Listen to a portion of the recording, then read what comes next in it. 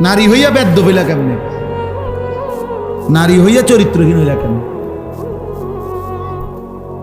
নারী তো সৃষ্টিগতভাবেই লাজুকতা বেশি তার। নারীর শরীরের মধ্যে আল্লাহ হায়া বেশি দিছেন, লজ্জা বেশি দিছেন। সেই নারী যখন লজ্জা ভেঙে ফেলে, ওই মেয়ে যখন অসভ্য হয়, তো এটা একেবারে ফসা দুর্গন্ধ, লাশের চাইতে বেশি দুর্গন্ধ চড়া।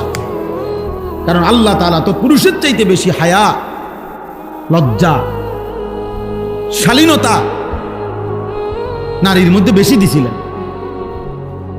কিন্তু সে যখন ওইটাও ডিঙ্গে এলাইছে, আমরা বোঝেন না কেমন অসভ্য। এই জন্য আয-যানিয়াতু, এই জন্য কোনো ছেলে মেয়ে যদি জিনা করে, নারী পুরুষ যদি জিনা করে, ব্যভিচার করে, আল্লাহ যে শাস্তিটা বলছে কোরআনে, এক্ষেত্রে নারীর কথা আগে বলছে।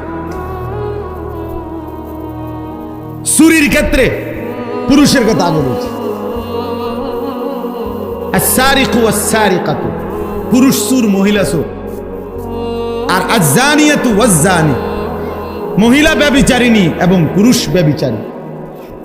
মহিলার নামে এখানে আগে করছে যে ব্যভিচার যদিও করছে দুইটা মিল্লা, অসভ্যতা, কিন্তু এই ক্ষেত্রে ওই মেয়েটা, নারীটা বেশি অসভ্য,